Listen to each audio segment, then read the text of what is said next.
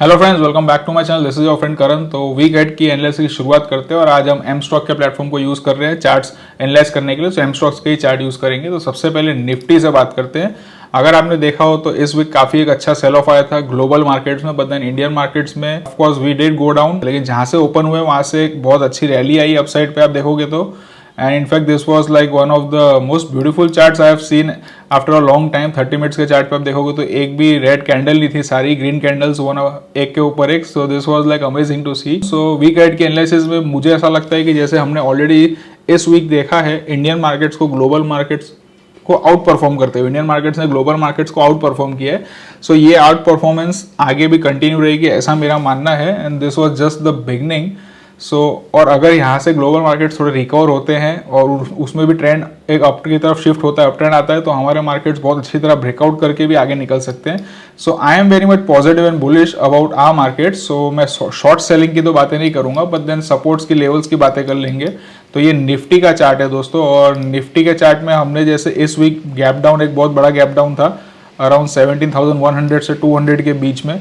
तो ये एरिया जब तक हम ब्रेक नहीं करते दोस्तों, शॉर्ट सेलिंग के लिए ऑफकोर्स मैं डाउन ट्रेंड कंसिडर नहीं करूंगा, और शॉर्ट सेलिंग के लिए मैं ऑफकोर्स बायस नहीं रहूंगा। तो मेरा बायस पॉजिटिव साइड पे ही रहेगा। और मेरा ऐसा मानना है कि ये जो प्रीवियस कुछ लेवल्स है, ये जो रैली थी वन साइडेड, इसको हम बहुत जल्दी ब्रेक करके ऊपर निकलते हुए जा सकते हैं, और ये ब्रेकआउट पे फिर कोई अच्छी अपॉर्चुनिटी, ट्रेड अपॉर्चुनिटी हम ढूंढ सकते हैं।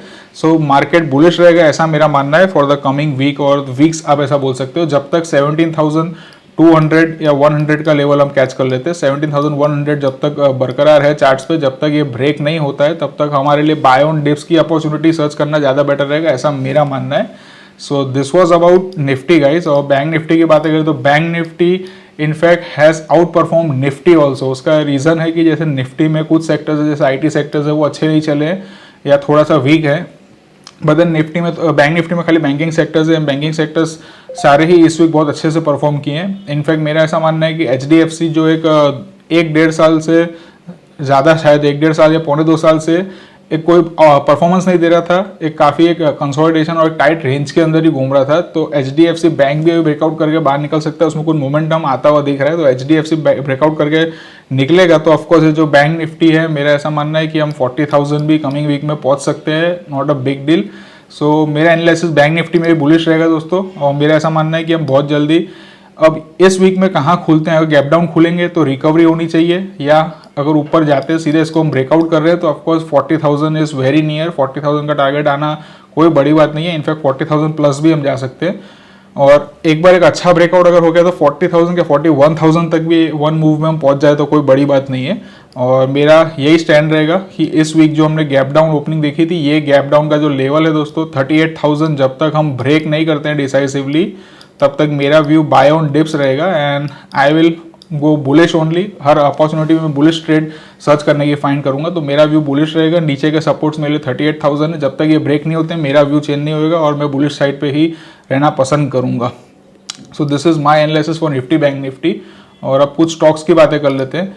तो स्टॉक्स में जैसे सबसे पहले ये HDFC बैंक का चार्ट है दोस्तों, डेली का चार्ट है। आप देखोगे तो काफ़ी टाइम से काफ़ी कंसोलिडेशन में ही चल रहा था। इनफैक्ट ये इधर आप देखोगे तो आज जहाँ पे है प्राइस, ये ऑलमोस्ट जनवरी 2021 में भी वहीं पे था। सो हम ऐसा बोल सकते हैं कि it is available at a very good bargain, और काफ़ी लंबा कंसोलिडेशन चला है। एंड अभी आप नीचे से देखोगे तो कुछ धीरे धीरे लोअर हाइज और लोअर लोज बन रहे हैं और मोमेंटम थोड़ा गेन होता हुआ दिख रहा है। बट देन अभी तक बड़े लेवल का ब्रेकआउट नहीं हुआ, वो होएगा तो इसमें भी काफ़ी अच्छा एक मोमेंटम आएगा। बट देन अभी इस रेंज के अंदर अगर हम देखते हैं तो आप ये देखोगे तो लोअर हाइज और लोअर लोज बनते हुए ऊपर जा रहे हैं।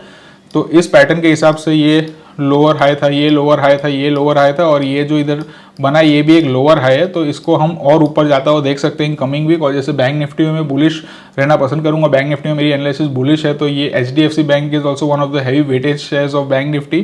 तो HDFC बैंक जब अच्छे से ऊपर निकलेगा तो बैंक निफ्टी में भी हमें वो मोमेंटम देखने मिलने ही वाला है। सो HDFC बैंक के लिए मेरा व्यू बुलिश रहेगा, और इनफैक्ट HDFC के स्टॉक के लिए भी मेरा व्यू बुलिश है। अगर आप इधर देखोगे दोस्तों तो मैं आपको दिखाऊं तो प्रीवियसली इस रेंज के आसपास जो एक ये टॉप बना था, एक गैप अप ओपनिंग थी जो कि फिर फेड हो गई थी। तो उसके बाद ये स्टॉप को हमने ब्रेक किया, इधर ये इसका ब्रेकआउट था और ये रीटेस्ट एरिया जैसा दिख रहा है। और मेरा ऐसा मानना है अभी रीटेस्ट करके और ऊपर जाता हुआ देख सकते हैं, और ये स्टॉक भी कमिंग डेज में बुलिश रह सकता है। और मेरा ऐसा मानना है कि इसमें भी हम ऑलमोस्ट 600 के लेवल्स भी कमिंग वीक में या एक दो वीक में बहुत जल्दी आते हुए देख सकते हैं। So I will also prefer to remain bullish on HDFC। और दूसरे अगर कोई सेक्टर्स की बातें करूँ तो जिसमें मेरा व्यू बुलिश है तो वो है मेटल सेक्टर। जैसे मेटल सेक्टर में सबसे पहले आप हिंडाल्को का चार्ट देख लेते हैं। तो हिंडाल्को में भी दोस्तों मुझे ऐसा लगता है कि जो कमिंग वीक है वो उसमें मेटल सेक्टर भी बुलिश रह सकता है। उसका रीज़न क्या है, जैसे आपको मैं बड़े चार्ट्स दिखा देता हूँ, इसके वीकली चार्ट्स पे हम आ जाते हैं। तो एक बार आप वीकली चार्ट देखोगे तो ये एक बहुत बड़ा करेक्शन था, उसके बाद ये एक राइज था और ये राइज ऐसे एक लेवल पे है दोस्तों कि जैसे ये हिंडाल्को का स्टॉक है तो आप देखोगे तो ये पहले सपोर्ट था, ये ब्रेक हुआ और ये सपोर्ट का अभी रेसिस्टेंस बन गया था और रेसिस्टेंस का ब्रेकआउट हुआ ऐसा लग रहा है। और ये वापस से अब हम आ जाते हैं इसके छोटे टाइम फ्रेम पे, डेली चार्ट्स पे या आवरली चार्ट्स पे, तो हमें और क्लियरिटी से दिखेगा कि ये रिटेस्ट जैसा दिख रहा है मुझे। ओके, तो ये इसका आवरली चार्ट आ गया दोस्तों हिंडाल्को का है। तो अब ये आवरली चार्ट पे आप देखोगे ये उसी लेवल पे हम हैं और उसी लेवल पे कंटिन्यूसली इधर सपोर्ट्स हैं ऐसा मुझे दिख रहा है चार्ट पे, क्योंकि इधर आप देखोगे ये एक, ये दो और ये भी एक सपोर्ट मिला है और हम एग्जैक्टली इसी एरिया में। तो कमिंग वीक में वापस से हिंडाल्को हम यहाँ से ऊपर जाता हुआ देख सकते हैं और 4400 को भी क्रॉस करता हुआ देख सकते हैं। That is a high probability. तो मेरा व्यू मेटल स्टॉक्स में भी इस वीक के लिए बुलिश रहेगा and one stock is Hindalco. और एक दूसरे स्टॉक की मैं बातें करूँ तो वो है टाटा स्टील। तो गाइस टाटा स्टील का भी मेरा व्यू बुलिश रहेगा, उसका भी मैं आपको वीकली चार्ट भी दिखा दूंगा सबसे पहले। ओके, तो ये वीकली चार्ट है दोस्तों टाटा स्टील का और टाटा स्टील में भी सेम हिंडाल्को में हमने जो पैटर्न देखी है तो उस टाइप की ही पैटर्न बनती हुई दिख रही है मुझे। ये नीचे सपोर्ट एरियाज थे और इसको आप एक्सटेंड करोगे तो ये सपोर्ट एरियाज का ब्रेक हुआ था एंड देन ये ब्रेक के बाद एक रीटेस्ट है या ब्रेकआउट ट्रेडर्स को ट्रैप करने के लिए भी शायद इस टाइप के मूव आते हैं। तो ये एक रीटेस्ट है और यहाँ से वापस हम ऊपर जाता हुआ देख सकते हैं। That is a high probability ऐसा मुझे लग रहा है। अब वापस से हम इसके लोअर टाइम फ्रेम पे भी आके देख लेते हैं 1 आवर के चार्ट पे। तो ये 1 आवर के चार्ट पे देखोगे दोस्तों टाटा स्टील में तो प्रीवियसली ये एक एरिया था जो लास्ट वीक भी होल्ड किया था और इस वीक जो मंडे को एक गैप डाउन हुआ था उसमें भी ये एरिया होल्ड किया है। तो जब तक ये एरिया ब्रेक नहीं होता है तो हम ऐसा समझेंगे वीकली टाइम फ्रेम पे रीटेस्ट चल रहा है और यहाँ से हम क्वाइट पॉसिबल है कि ये स्टॉक को ऊपर जाता हुआ देख सकते हैं। और अगर टारगेट्स की बातें करूँ तो कमिंग वीक में ये 108 तक भी पहुंच सकता है, 109 तक भी टच कर सकता है। That is a high probability, जिसका अभी प्राइस चल रहा है 105। तो 3 to 4% का गेन कमिंग वीक में भी हम इस स्टॉक में आता हुआ देख सकते हैं। So this was about Tata steel guys. और फिर दूसरे कुछ स्टॉक इसी सेक्टर के हैं जो कि जिंदल स्टील है, पर अब JSW स्टील है उसमें मैं अभी सेम सेक्टर्स में बहुत ज़्यादा एनालिसिस करना पसंद नहीं करूँगा, पर उसमें भी अपने चार्ट चेक कर सकते हो, व्यू बुलिश रख सकते हो। एंड देन एक फाइनल दूसरे स्टॉक की बात कर लेते हैं जो कि है रामको सीमेंट गाइस। ओके तो गाइस, तो ये रामको सीमेंट का आवरली चार्ट है और इसमें भी सेम इस टाइप का ही आप स्ट्रक्चर देखोगे, जिसमें कि ये नीचे ये जो कुछ अच्छे से ड्रॉ कर लेता हूँ थोड़ा सा, तो ये कुछ नीचे के लेवल्स हैं जो होल्ड कर रहे हैं, जो प्रीवियसली भी होल्ड कर रहे थे और जो लास्ट वीक भी होल्ड कर रहे थे और इस वीक भी जो एक बड़ा गैप डाउन था तभी भी ये लेवल्स होल्ड हुए, तो ये लेवल्स ब्रेक नहीं हुए। So of course this is an important level और इजीली ब्रेक नहीं हो रहे और मार्केट्स को हम ऊपर जाता हुआ देखेंगे। तो मेरा ऐसा मानना है इधर काफ़ी टचेस हो रखे हैं और काफ़ी सपोर्ट ले लिया है स्टॉक ने। तो in very soon coming days we can see this stock also in the next week going up, maybe 780 तक भी जा सकता है या उसको भी हम क्रॉस कर सकते हैं। So this is a high probability setup. तो ये भी एक स्टॉक था Ramco cement guys and I would also like to give a shout out to M stock for sponsoring this video. M stock is a brokerage from by Mirae asset guys और इसमें जो benefit है आपको account open करने में वो क्या है मैं आपको बता देता हूँ। तो इसमें 0 ब्रोकरेज रहता है फॉर लाइफ टाइम। इसमें आपको 1 टाइम चार्ज पे करना पड़ता है 999 प्लस GST।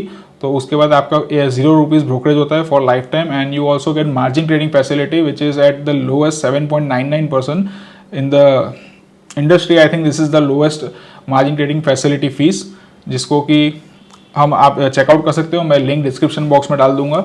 सो वीडियो कैसा लगा दोस्तों कमेंट बॉक्स में लिख के जरूर बताना। फिर जल्दी मिलेंगे, take care, see ya and please take care of your parents, क्योंकि उनका आशीर्वाद आपके सिर पे बना रहेगा दोस्तों। तो जिंदगी में सफलता हर जगह बहुत ही आसानी से मिलेगी। Take care. Investments in securities markets are subject to market risks. Read all the related documents carefully before investing.